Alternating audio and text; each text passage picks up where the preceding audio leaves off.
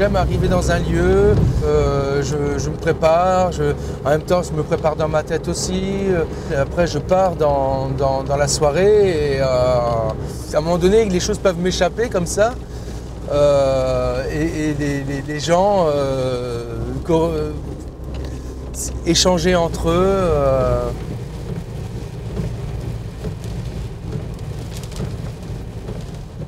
Lui, il va jusque-là. Et là, c'est la route qui va de Brousse à Goyer, mais peut-être qu'il y a un autre. C'était Michel qui a dit que le dimanche, ils allaient jouer à la belote. Je sais pas quoi. C'était avec moi. Ah mais oui, j'étais avec...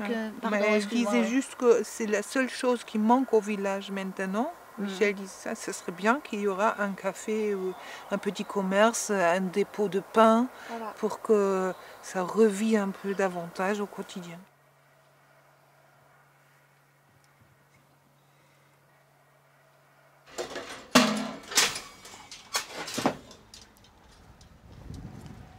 Bonjour Sylvie, comment allez-vous? Ça va et vous? Fraîchement? Vous n'avez pas allumé le poêle à bois, non? Non, on a dit ce soir, tant pis. Vous avez envie de porter un petit truc? Allez, c'est parti.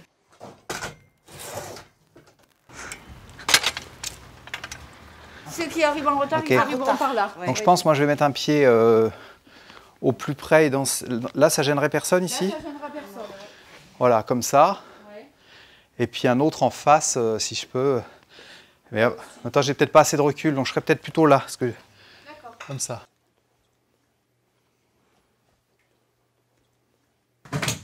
Nos rugissements, nos chuchotements, nos engagements, nos embrasements, nos fagas, bah tiens, le problème c'est que si je me trompe, vous vous trompez aussi, donc on est là comme des cons. Nos rugissements, nos bouleries à madame, bobo ba bébé, gna gna gna gogo, sorry moi tiens.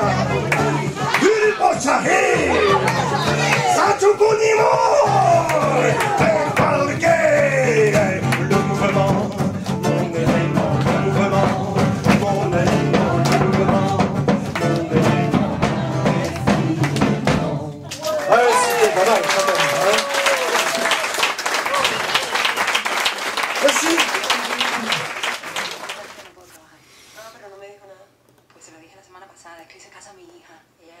Ay, yo lo siento, pero no puedo cambiar nada. Pero ¿cómo que no puedes cambiar nada? Es la boda de mi hija.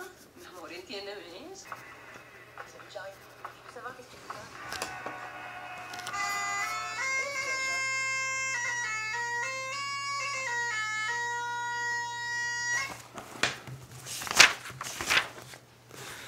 En cherchant des fois un film pour une prog, on en trouve un autre pour une autre prog. Ça peut être bien aussi.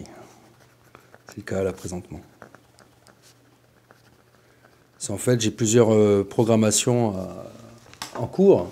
Il faut que je prépare celle de la nouvelle prog qui commence vendredi prochain au Banc Sonore à Rabastens. Il y a la prog du mariage que je suis en train de faire. Il y a la prog de l'été, enfin, où là je vais devoir chercher des films tout public qui puissent être visibles en gros par des enfants de 7 ans et puis que ça n'embête pas non plus des adultes. Après voilà, c'est toujours l'idée, on te donne un thème. Après j'ai cette chance que les gens qui me demandent des programmations me font assez confiance, me connaissent bien, et donc du coup voilà, on part du thème et je déborde des fois un peu. Après c'est comment je vais arriver à l'intégrer, ce film, et le présenter pour qu'il y ait quand même un lien toujours avec... c'est pas toujours évident de coller au thème, c'est quand même des courts-métrages, on a un stock, mais bon en même temps, moi une année on m'a demandé la mode et les insectes, donc là bon... j'ai pas trouvé un seul film où vraiment j'avais les deux ensemble, quoi. Donc il a fallu... voilà.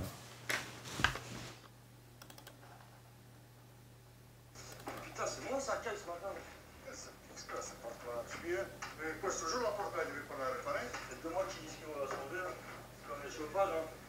Donc la majeure partie des films que j'utilise dans mes programmations, ils sont prêtés par les réalisateurs et les réalisatrices.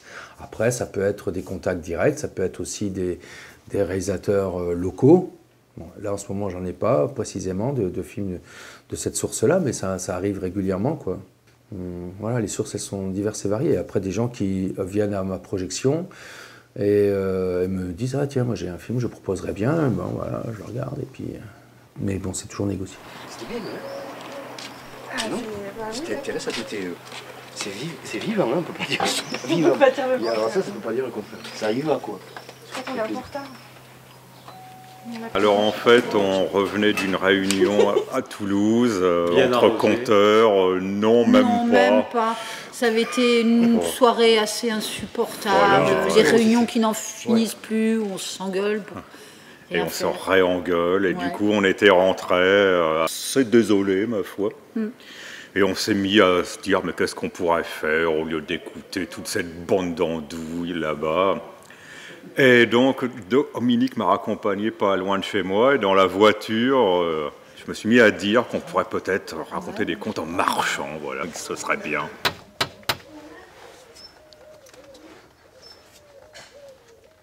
Elle a dit quoi? Je sais pas. Elle a dit entrer. Je sais pas. Ou une minute. On va attendre un peu. Bonjour Claudio, ce qu'il dit pas, c'est que c'est un vrai vagabond, c'est-à-dire qu'il a collecté plein d'histoires de par le monde et qu'à ce moment-là, moi qui ne suis pas du tout une grande voyageuse, je revenais du Pérou et que donc on racontait, voilà, on s'est raconté ça nous changeait un peu les idées par rapport à cette fichue réunion et on s'est dit, mais plutôt que d'aller chercher des histoires à l'autre bout du monde, pourquoi on n'irait pas à pied les chercher à côté, chez nos voisins qui était bricoleur. Et il s'est construit à l'époque, c'est lui qui s'est construit la télévision. Salut Christiane, tu te sers le café, tu prends une chocolatine sur le bar là-bas, Christiane. Bon, c'est bon. Tu te sers. Moi je m'y suis mis dès la seconde année, je les ai suivis la première année et j'ai trouvé vraiment le projet bien plus qu'intéressant, passionnant. Et il fallait basculer les wagonnets, le four était à hauteur de sol, tu basculais le wagonnet pour décharger la pierre à chaud. Ouais. Et moi je suis parti une fois avec le wagonnet dans le four, quoi. Mais sur alors la pierre, Marco et moi, on ne vient pas du département. On est des étrangers. Donc c'est un autre regard aussi parce que, ben voilà, moi je sais que quand j'arrive, par exemple là, je vais faire un collectage en compagnie de Jean-Michel dans le quartier, qui lui il connaît bien en fait Albi, il connaît bien les rues et tout ça. Moi je connais rien du tout, donc on n'a pas du tout le même regard, on n'a pas la même approche et ça peut aussi être intéressant de travailler dans cette dynamique-là. Bonjour, c'est par là? Ouais. Bonjour. Bonjour. On se connaît de vue. Moi, je vous connais en tout cas d'Albi. Mais oui. Ouais. Tu me fais la bise? Allez. En fait, il y a une personne relais par lieu, que ce soit une commune ou un quartier. A priori, on a une personne qu'on a contactée bien en amont, c'est pour ça que tout ça est très, très long à organiser. Une personne qu'on a rencontrée, choisie ou qu'on nous a désignée, qui est chargée de trouver les personnes qu'on va collecter. On ne pourrait pas nous arriver comme ça et c'est pas possible. Et pourtant, souvent, ça nous arrivait dans plein de villages qu'il n'y avait pas de personnes à collecter, que la personne relais n'a pas pu trouver. Et à ce moment-là, il y a un autre mode, c'est aller dans la rue ou dans un café. Et là, on a fait des rencontres très très intéressantes. Des Espagnols partout ici. C'est la famille, quoi. Ici. Oui, mais il y avait plein d'Espagnols. C'est que des Espagnols, tout ça, c'est espagnol. Beaucoup d'épousés. Les communautés se ressemblent, elles se rassemblent de toute façon. Hein. Et au théâtre d'Albi, au Grand Théâtre d'Albi, c'est souvent dans l'année qu'il y avait des chanteurs espagnols, des flamencos, tout ça qui venaient. Il y avait des tournées qui venaient à Albi, on n'en voit plus. Et même, il y a eu une corrida à Albi. Oh. Oui, là, sur la place Jean Jaurès, là-bas. Alors ça, c'est dans quelle année c'était? Alors, c'était...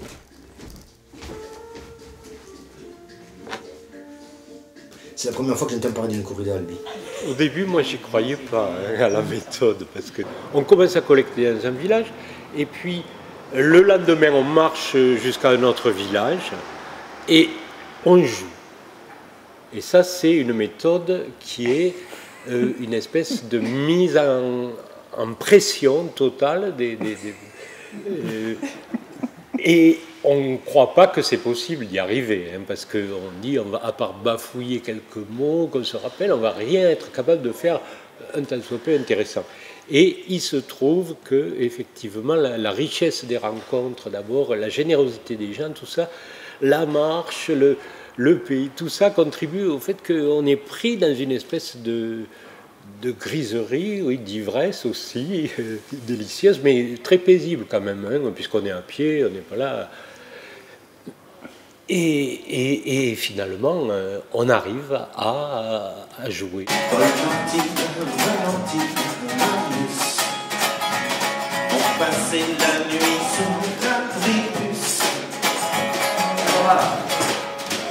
Au départ, j'écris des chansons et je fais la découverte d'un festival qui s'appelle Chante à part.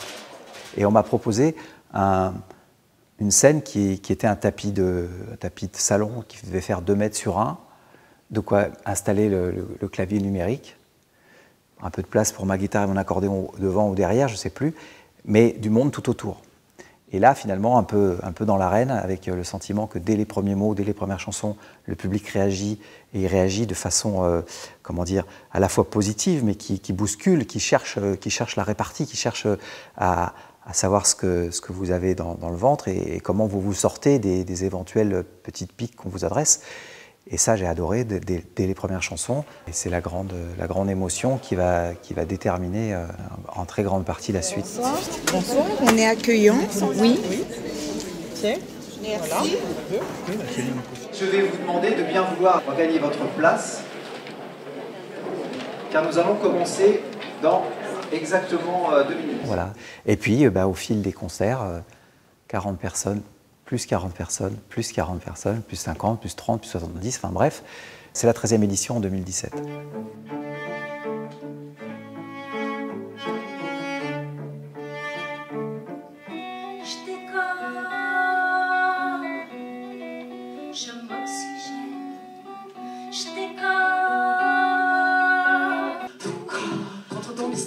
Ici je collapse, ma pensée convexe au bout de mes synapses. Au bout de mes synapses. Tu m'en sais ça, tu m'en sais ça, tu m'en sais ça. Je suis ton embrasée. Malheureusement, il y a aujourd'hui plus d'artistes que de places. Donc ça veut dire que on se retrouve dans une situation où des artistes, même de grande qualité, peuvent ne pas être sélectionnés parce qu'à un moment donné, il faut faire des choix. Donc les artistes font acte de candidature. On en sélectionne une 12aine, donc c'est quand même très peu. Alors, comme vous l'avez bien dit, Frédéric, on va vous interpréter 3 chansons. Éric Flambrin, qui là vient avec une batterie évidemment réduite, mais si vous avez un grand garage, hein.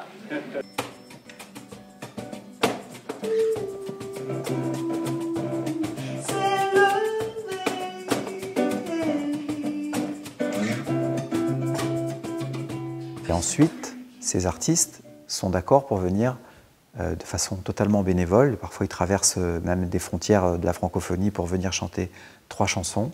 Ça dure moins d'1 quart d'heure. Et en 3 chansons qui, bien sûr, correspondent à un extrait du spectacle qu'ils proposent, sur 3 chansons, les personnes présentes, que nous appelons sous la dénomination d'accueillants. C'était le temps de Zidane et d'Amélie Poulain. Les ruines de Manhattan fumaient encore au loin. Mais surtout c'était le temps de nous deux, de nos doigts se frôlant, malicieux. Alors, le travail de l'accueillant consiste à réunir une 40aine de personnes pour un artiste solo, donc ça veut dire dans 30 mètres carrés, on met 50 personnes. S'il n'y a pas de table, de gros meubles, qu'on met des chaises ou des bancs, on est un peu serré, mais ça fait partie de l'esprit de la convivialité. Si j'étais riche, comme Crésus, si mon chauffeur s'appelait Gaston plutôt que d'être un autobus, si j'étais moi, mais j'en peux plus, m'aimerais-tu comme l'opium, si j'étais moi, un peu plus, mystère et tout, de gomme. Et il y a un moment, on n'a pratiquement pas entendu les musiciens parce qu'il pleuvait tellement fort et ça tape sur le plastique. C'est génial. Et ce qui est vachement bien, c'est que ça nous oblige à être très minimaliste dans ce qu'on propose, c'est-à-dire avoir peu d'instruments, très peu de sonorisation. Enfin, moi, même si j'ai un pédalier, je viens juste avec un petit ampli et j'ai quasiment rien dans ma voiture. Et du coup, ça pousse vraiment, je trouve, à être plus sincère aussi, dans sa proposition, plus à l'essence même de ce qu'on a envie de dire, quoi.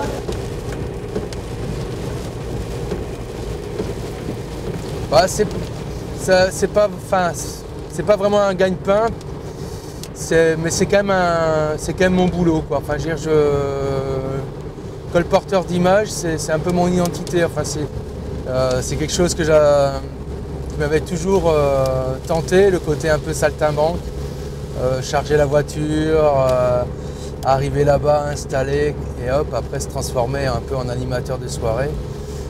Ça me plaît beaucoup. Donc oui, même si je ne gagne pas comme je voudrais ma vie, c'est quand même mon boulot.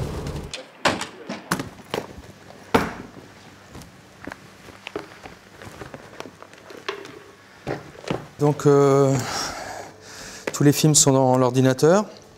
Là, je suis en train de raccorder le son, donc je rentre dans la petite table pour pouvoir régler le son tranquillement d'ici. Et là, j'envoie l'ampli de Fernand qui renvoie sur les deux enceintes installées. Bah, je sors avec un long câble en RCA. RCA, ouais. Salut! Allez,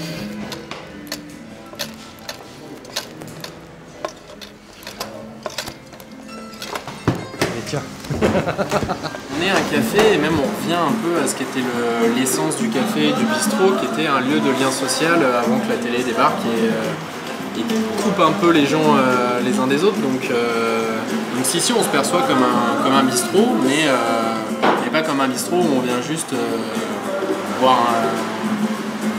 boire un verre tout seul dans son coin, plutôt comme un bistrot où on vient rencontrer les gens, faire des choses, se rencontrer et se parler. Voilà, et puis l'idée c'est que de toute façon, je ne projette pas de derrière le public, je suis toujours face public. Et donc je suis assez proche de mon vidéoprojecteur en règle générale.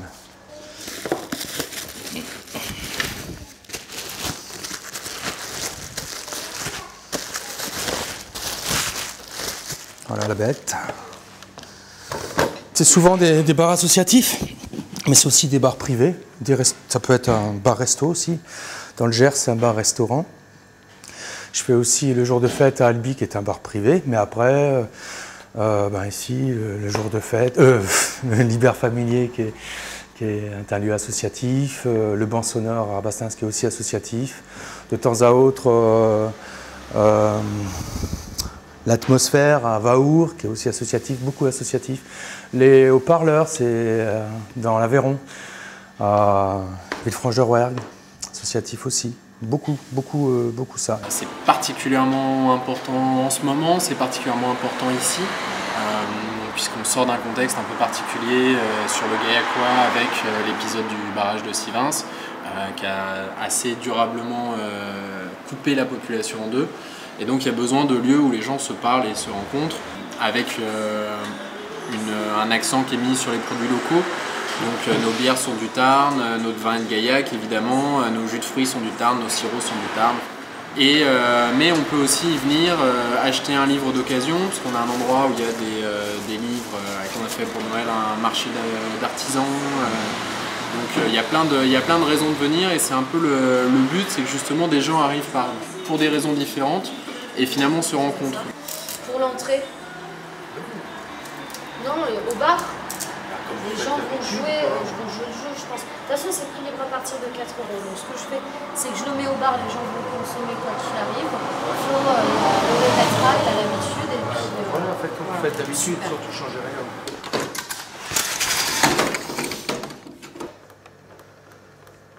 Voilà. Voilà, il est 9h25, donc je vais dire aux gens de monter.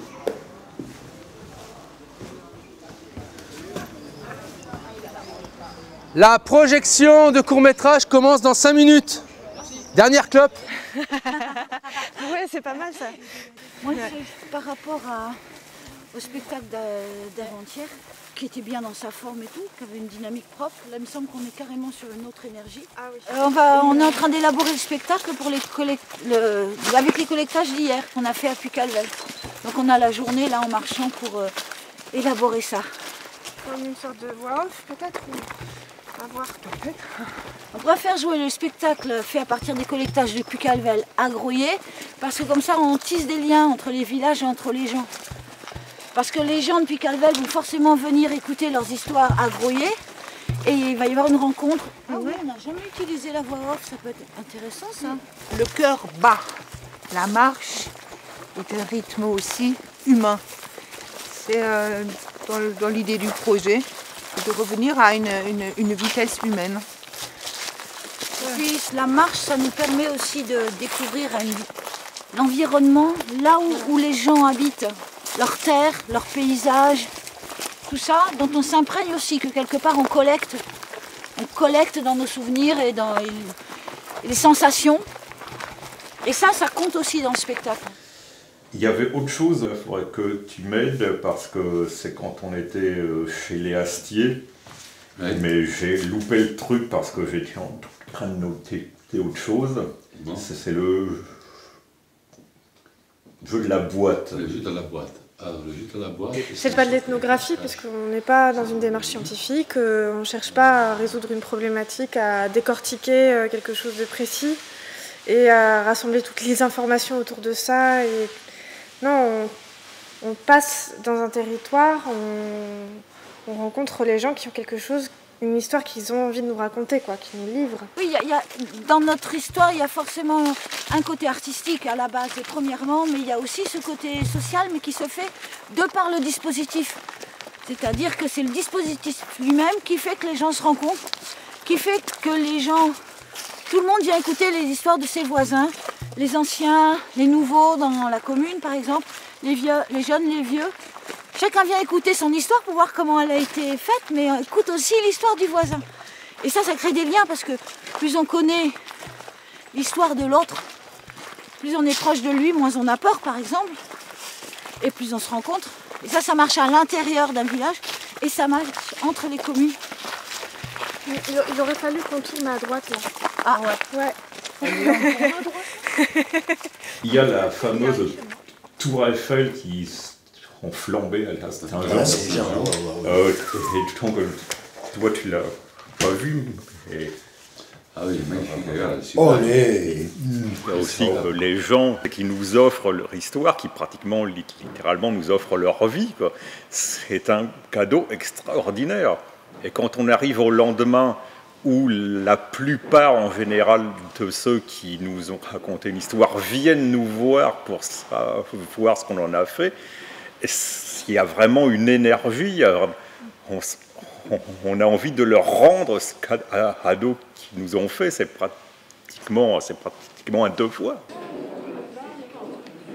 C'est vrai que c'est important quand on regarde bien, quand même, c'est quand même nos racines, hein, quand même.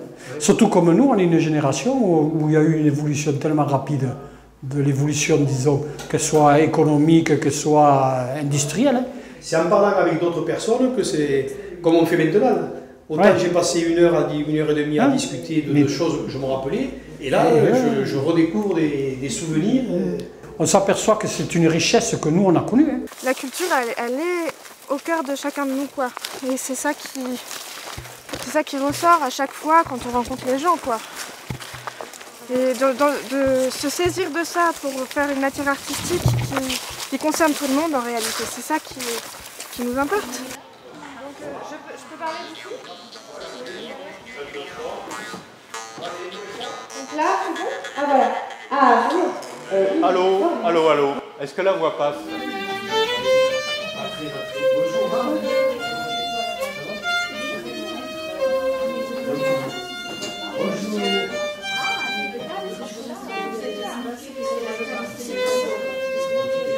Coucou. C'est le titre du spectacle, le florilège du pain de lyre.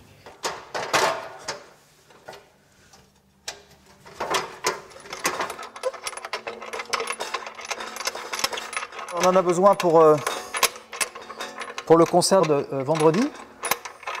Donc, comme j'en ai pas beaucoup, ben, ils servent à la fois à nos spectacles d'atelier ici, et puis au spectacle itinérant, quoi. Donc, ça fait un peu monter-descendre. Une semaine après, on se réunit, et les accueillants viennent avec leur choix, et on essaye de faire une programmation concertée. Concertée, ça ne veut pas dire qu'on refuse à quelqu'un son choix, ça, je ne vois pas pourquoi ça arriverait, mais par contre qu'on est susceptible d'orienter la date, par exemple, en fonction d'une tournée qu'il est préférable d'instaurer plutôt que 3 dates isolées pour un artiste qui franchirait des centaines de kilomètres, par exemple. Alors, nous arrivons à Saint-Simon. Tu m'as dit que c'était quand le petit bouchon 31 mars, 1er 2 avril. Donc moi, il y a un premier choix pour Puy-Gouzon. Et voilà, donc ça c'est la deuxième étape. Ensuite, chaque accueillant va recevoir, au plus tard un mois avant s'il le souhaite, mais au plus tard un mois avant son concert, va recevoir un document de communication qu'il va adresser à son réseau. Ouais, c'est là. Faut pas faire. Salut. Bonsoir. Salut David. Ouais. Bonsoir, donc Blandine. Salut Blandine. Alors, l'accueillant est absolument bénévole, c'est-à-dire que ce n'est pas l'accueillant qui prête sa salle à manger moyennant une rétribution, absolument pas. Mais c'est bel et bien le réseau de l'accueillant qui fait la force du public, quoi. J'ai la bagnole là. Santé. Donc Blandine.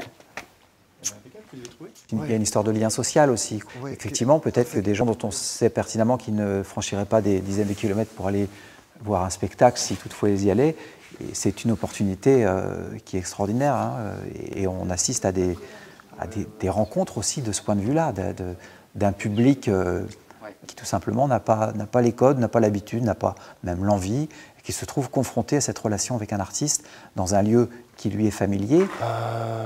Écoute, si t'es motivé, moi je dis ouais, ok, on libère Fred et puis on vide tout. Ouais, comme ça c'est tranquille. Ouais, après, ce sera fait. Rentrer chez des gens que tu connais pas, c'est rentrer aussi dans une histoire, une intimité. Enfin, tu vois, donc, même si on parle pas forcément, tu vois, les gens racontent pas leur vie, nous non plus. Mais bon, t'as des yeux, tu vois, quoi, tu vois, donc tu vois qui est qui habite où. C'est souvent. Ouais, c'est pas neutre, quoi. Salut Fred. Tu as tout là, c'est bon ? Ouais, je vais me... Attends, du coup, je rebascule. C'est vraiment des démarches d'ouverture. Tu fais pas rentrer des gens chez toi si tu peux pas...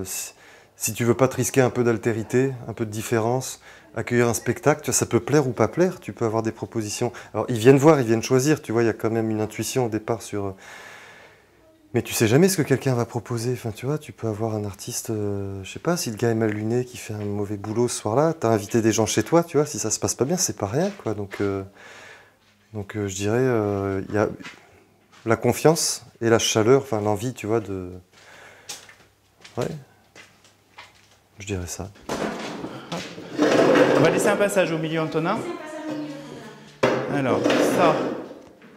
Tu m'as dit que c'était les rouges après ? C'est les rouges après, les plus grands, Antonin ? C'était chez des amis. Ils nous ont invités à un spectacle et on a découvert effectivement l'association comme ça, le spectacle. Et on a envie de partager le même convivialité, effectivement, à la maison, d'avoir la chance d'avoir un spectacle à la maison de la même façon. Faut que tu les mettes ensemble, les couleurs. Hein. Il faut essayer de trouver 50 voire 60 personnes éventuellement pour une même soirée. C'est pas toujours facile. Après, on essaye de faire jouer le réseau et de faire jouer les mails, les coups de téléphone pour permettre à l'artiste de venir se produire effectivement et de rentrer dans ses frais lui aussi. Et tu vas repasser un jack qui va revenir. Le jack qui va en ampli, l'XLR il est là. D'accord. Ok, parfait. Là, on fait tout le boulot que les gens voient pas, tu vois. Et c'est vrai que ça, c'est quasiment, voilà, c'est 2 heures de préparation. Tout à l'heure, ça sera une bonne heure de démontage. C'est pas la partie la plus rigolote. En même temps, moi, ça fait vraiment partie de ma préparation. C'est-à-dire que monter tout ça, cette petite scène, dérouler des câbles, tu vois, c'est déjà une forme de concentration. Et de préparation, oui. Tu sais, comme tu te fais beau. Tu te fais beau, tu as un rendez-vous, quoi. Donc tu fais les choses bien. Allez. ira très bien. En fait, il faut aussi construire notre territoire, tu vois, ce territoire de spectacle.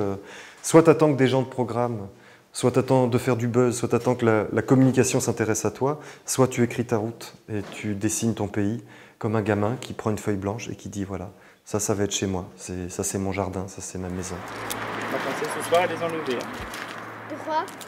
Pour pas salir. Et évidemment, j'adore jouer dans les théâtres aussi, j'adore jouer dans les salles qui ont été pensées pour ça, où tu es accueilli, il y a un autre confort, il y a d'autres possibilités techniques, donc il va y avoir aussi d'autres possibilités spectaculaires qu'on n'aura pas ici. Ce qu'on va voir ici, aujourd'hui, ils ont dit que ça s'appelait une souillarde, donc je l'appelle une souillarde, mais aujourd'hui on fait avec la fraîcheur de ces pierres qui nous rayonnent par le sol, tu vois, qui est un sol totalement disjoint, donc les chaises vont pas bien tenir, il faudra faire gaffe à pas se fouler une cheville, enfin tu vois, on fera pas des danses de Saint-Guy comme on peut faire quand tu es sur un tapis de danse. Hier, on a fait avec une médiathèque toute neuve, il y avait du public, on était nombreux, mais on a fait dans une étuve, enfin tu vois, c'était... Donc voilà, il n'y a pas un jour qui ressemble à l'autre, il n'y a pas un espace... C'est ça qui est bien aussi, tu vois, on ne sait pas ce que peut devenir n'importe quoi, tu vois, ça... Ça y est, il commence à faire des bêtises. Ça, c'est là aujourd'hui, tu vois, pour l'instant, c'est un gant. Est-ce que ça deviendra quelque chose tout à l'heure? J'en sais rien, tu vois, Et je te dis ça parce que je cherchais un exemple, je viens de le voir, là, il y a une boîte d'allumettes, là aussi, il y en a des allumettes, tu vois. Donc, ce qui m'intéresse, c'est parfois comment la poésie d'un lieu peut être rendue visible par la poésie d'un spectacle qui est amené et comment ça se tisse. Do mineur carrément. Ouais. Vas-y.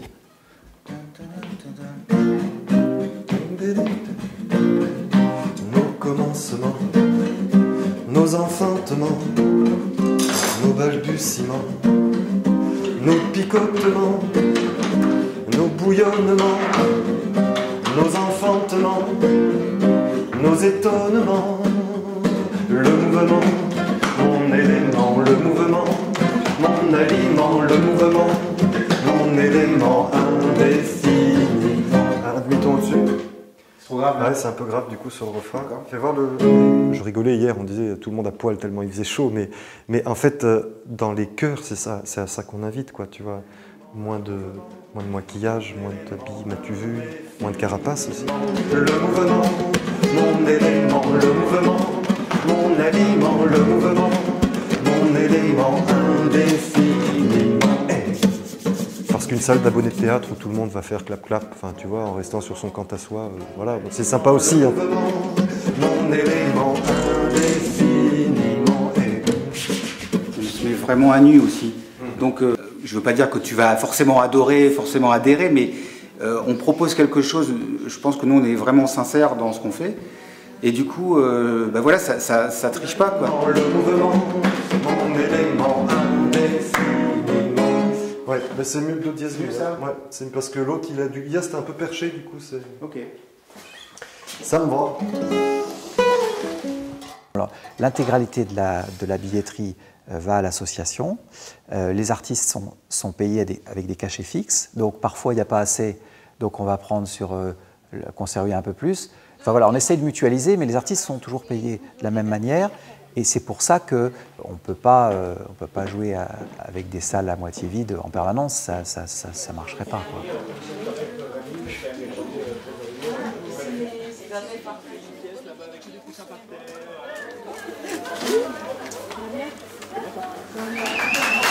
Ah bah, je vais le dire. Avec 27 ans. Hop. Je vais commencer la projection maintenant. En première partie de la soirée, donc, on va voir Nuit froide. Alors, Nuit froide, c'est un court-métrage qui a été réalisé par la commission cinéma de Nuit debout. Donc, il n'a pas encore été beaucoup vu. C'était la 3e projection il y a quelques jours à Paris. Donc voilà, en avant-première presque, en Midi-Pyrénées. Nuit froide de cinéma debout. Allez, c'est parti. Hein? Super, merci. Ouais, bah avec plaisir.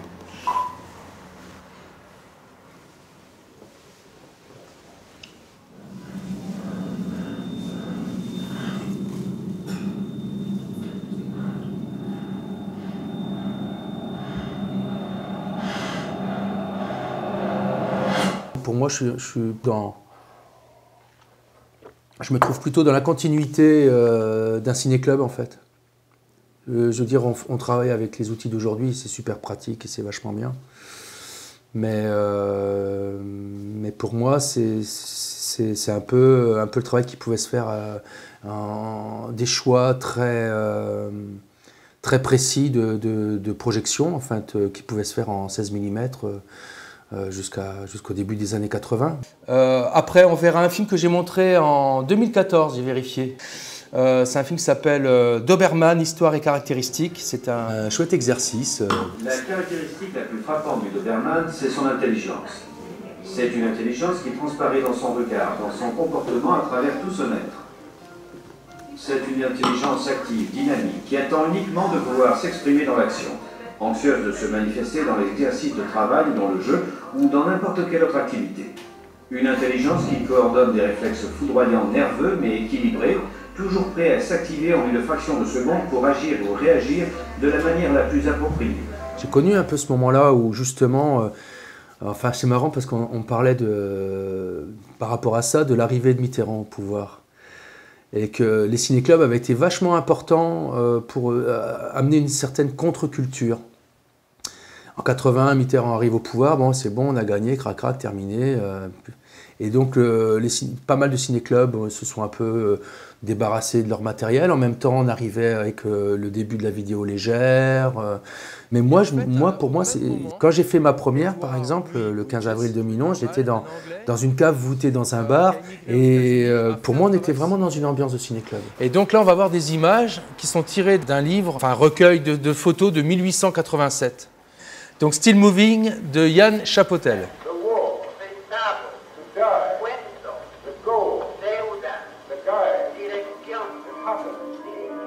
Alors après, c'est important pour moi de montrer des vieux films, de montrer des choses qu'on va cataloguer d'archives, parce qu'il y a une énergie dans certains films, il y a aussi une vision, une légèreté ou une facilité aussi dans des films des années 1900-1910 que j'aime beaucoup. Ça va? Ça vous a plu ce film? Après, la spécificité, c'est que c'est des courts-métrages, donc du coup, c'est pas centré autour d'un film. La discussion peut être plutôt autour de thèmes. Et ensuite, une petite programmation sur le clitoris, ou autour de ce que suggère chaque film. Des fois, on va parler 2 minutes, des fois, on va en parler 5 minutes, puis des fois, pas du tout. Ça vous a plu? Voilà, les choses sont. Il y a des publics qui n'ont pas envie, qui veulent juste regarder, qui ne veulent pas parler.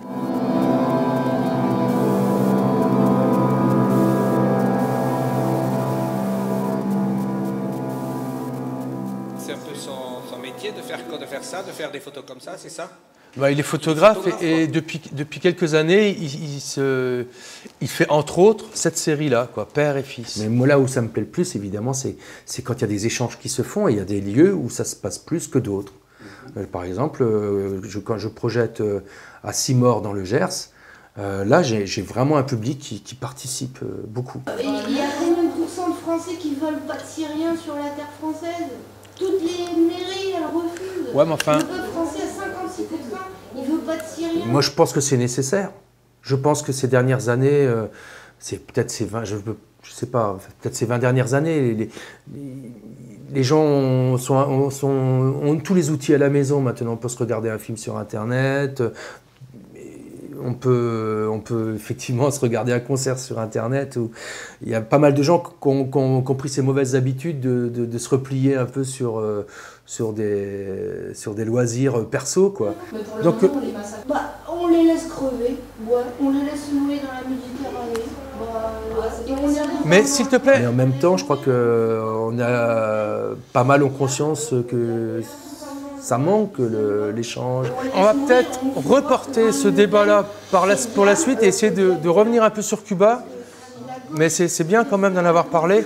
Et ben voilà, moi, si je peux encourager à ça, ou en tout cas y participer, ben, j'ai bien envie, quoi. Là, je vais vous montrer le dernier film, on va dire, de la partie des années 60. Ça s'appelle Pour la première fois. C'est un film qui a été fait en 67 par Octavio Cortázar. Et ça me parle un peu quand même parce que c'est vraiment le côté amener le cinéma dans les coins reculés de Cuba. Et justement, donc là, ce sont des gens qui vont amener une projection de Charlie Chaplin dans un village où il n'y a jamais eu de cinéma. Ok, allez, on y va.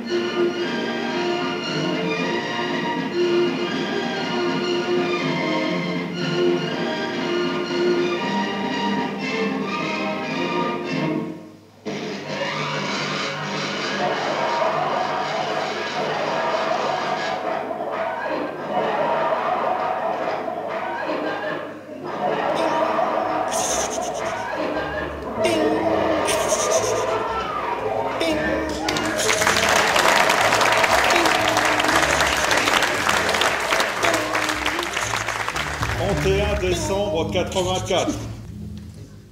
Le jour précis de la fermeture des cimenteries Lafarge à Albi. Je crois qu'au sein des quartiers même, il y a des choses qui remontent comme quoi il devrait y avoir plus de choses qui appartiennent au patrimoine oral d'un quartier, qui appartiennent à une mémoire. Et les gens, ils ont envie de recevoir un peu des choses les concernant et qui soient simples aussi. Ouais, parce que les ouvriers de Ranté, pour eux, le vélo, c'est pas du pipeau. C'est vraiment, je crois, le récit qui est important, parce que c'est vraiment inhérent à la personne humaine. Enfin, j'ose penser que oui, il y a ça, le fait de vouloir venir partager des histoires qu'on ne connaît pas d'avant, ou qu'on connaît peut-être, parce que... Mais, ou même la sienne. Ou même la sienne, oui, de partager ça. Et oui, je crois qu'il y a quelque chose de ça, de partager des histoires. Je vais vous parler de Michel, le boulanger. Il a bossé 23 ans dans l'industrie. Il devait partir à Grenoble, il s'est dit non. Il avait envie de revenir faire quelque chose avec ses mains, quelque chose où il se sent investi dans le territoire, dans le paysage. Il a choisi d'être boulanger bio. Et puis il y avait un four dans le village, four de Michel. Il était là en contrebas, dans l'ancienne boulangerie. Moi, je crois, j'ai le sentiment aussi qu'il y a une nécessité pour certaines personnes, de donner une place à des récits qui sont des récits de vie individuelle, mais sur la place publique, des choses qui ne sont jamais entendues, qui ne sont pas formatées, qui ne sont pas prévues pour être entendues par toutes les oreilles, et qui relatent en fait une histoire plus grande, parce que quand on les met les uns avec les autres, ça relate l'histoire du département, de la région, du monde aussi, parce que toute l'histoire de l'industrialisation, des ouvriers, il y a énormément de témoignages là-dessus, très simples, très humbles, et qui n'imaginent même pas que leur histoire peut intéresser les autres. Et quand ils viennent écouter leurs histoires, mais tu parlais d'énergie, Claudio, c'est incroyable ce qui se produit à ce moment-là. On a vu des gens qui, de par le fait qu'on racontait leur histoire en public, reprenaient en fait leur place dans la communauté. Voilà. Parce que les autres entendaient leur histoire particulière, peut-être douloureuse ou en tout cas singulière, et que le fait qu'elle soit dite en public leur redonnait une place au milieu des autres. Et être inutile. Je me semblais avoir abandonné tout le monde et être inutile. Moi, je trouve que parfois, ça se rapproche presque d'un acte de guérison. C'est ce qu'on nous a déjà renvoyé. Hein. Ouais. Elle est d'origine italienne. Son père est venu travailler comme mineur à Carmont. Et elle est belle. Mais parfois, une vieille blessure vient un instant faner son visage. Et cette boule au ventre qui la quitte pas. Elle n'en a jamais parlé à personne. Elle se rappelle bien. Elle devait avoir 12 ans. Sa maman était partie travailler au vendange pendant quelques jours. Il fallait bien ramener de l'argent et c'est elle qui s'occupait des petits, des garçons. Elle était en train de les endormir sur le grand lit. Elle était couchée contre eux. Et voilà que son père est rentré de la mine. Et il s'est couché contre elle.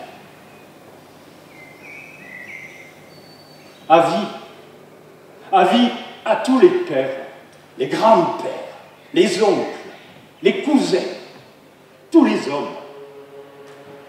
Ça peut arriver à tout le monde de perdre la tête sous l'emprise du désir, mais gardez-vous bien de piétiner la fleur. Quelques instants d'un plaisir misérable et une vie brisée. Giflez-vous, faites quelque chose, réagissez. Lui, il ne s'est pas giflé, ni avant, ni après. Il ronfle sur le granit, tandis que la petite pleure, assise sur la cuvette du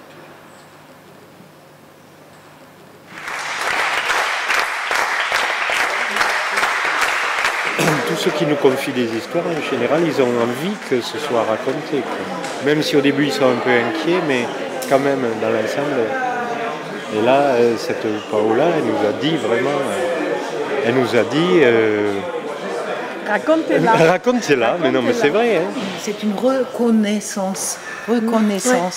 Renaître dans la communauté, c'est cette reconnaissance des uns et des autres. J'ai vu des gens changer, c'est vrai, à la suite d'une part d'avoir confié leurs histoires et aussi de les avoir vues et entendues devant toute la communauté. Ah oui, le plus beau qu'on ait vu, je crois que c'est à Brousse. Il y avait 2 clans. Et qui est arrivé, c'est des gens nouveaux, puisqu'ils avaient fait des lotissements, etc. Donc il y a beaucoup de gens nouveaux qui sont arrivés, qui ne comprenaient pas ce qui se passait en fait dans le village. On était avec Claudio, on a fait une histoire, on a fait Roméo et Juliette en prenant les histoires du village. Et en fait, on a donné des clés, mais un peu innocemment pour nous. Mais c'était un peu, ils nous ont dit après, c'est presque comme une thérapie de village. Vous nous avez expliqué pourquoi il y a ces clans, on n'en savait rien. Et maintenant, on comprend mieux et on peut enfin parler de tout ça et les choses commencent à se délier. Pour moi, cette histoire tant de dire, c'est quelque chose de vraiment circulaire. Ça se prête à la ronde. Hein. Il y a quelque chose, il y a un effet de... Oui, c'est pas frontal, c'est quelque chose qu'on vit ensemble. Les premières personnes qui ont entendu parler de Chantons Sauvages, qui étaient déjà dans des circuits courts, nous ont dit... finalement, c'est un peu la map de la chanson. Pour l'homme dans sa bulle, pour l'homme qu'on ballotte, pour l'homme funambule, pour l'homme qui se tord, pour l'homme mandibule, pour l'homme minotaure, pour toutes ces vies qui sont prises dans la glace, pour toutes ces vies qui ne savent plus leur place. Nous ébourifferons la peur sous nos cheveux, et sans fin nous ferons des feux.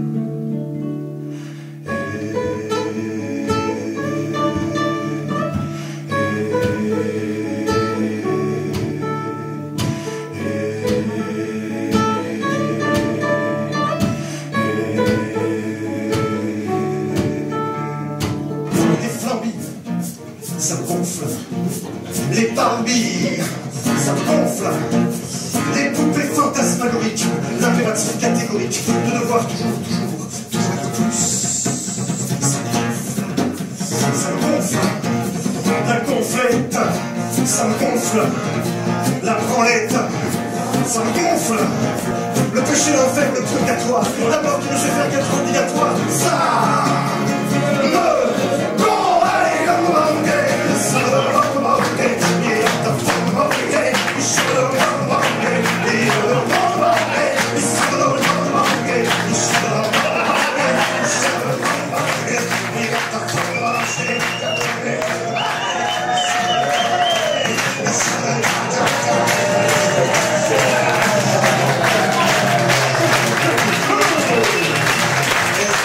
totalement emballé. C'est un spectacle complet. La poésie, l'intimité. La malice. Plein d'énergie, des moments très doux. L'inventivité. C'est très professionnel. Et pourtant, les conditions étaient parfois... il a fait très chaud encore, hein. Plus qu'hier. À la fin, je pleuvais, tu vois, quand je m'ébrouais comme un chien mouillé. Cette capacité de prendre le spectateur et de l'amener là où il a envie, au moment où il veut. Thibaut, c'est T-H-I-B-A-U-T. Et puis il se saisit de tout, à tout moment, de tout ce qui se passe pour en faire quelque chose de drôle. On te voit? Un artiste qui rentre par la fenêtre quand il est sorti par la porte, c'est parce que la fenêtre était là, elle était ouverte, la porte était ouverte, et il a inventé son spectacle. Et donc, je pense que sans forcément l'en être conscient, mais tout spectateur qui assiste à ce type de travail, il a le sentiment d'avoir assisté à quelque chose qui ne s'est jamais produit, qui ne se reproduira pas. On le vit beaucoup plus en fait que quand on a une personne qui est à 30 mètres. C'est frais, c'est local. On discute avec des gens et c'est une bonne idée et il faut vraiment continuer à la faire partager. Ça rejoint effectivement les projets qu'on peut voir des cohabitats d'agriculture. Enfin voilà, je pense que ça se veut de la même philosophie. Même le vin est local à la fin. Là, Donc oui, quand tu disais la veillée, évidemment, il y a quelque chose de cet ordre-là. Pour moi, ce soir, on a fait du feu.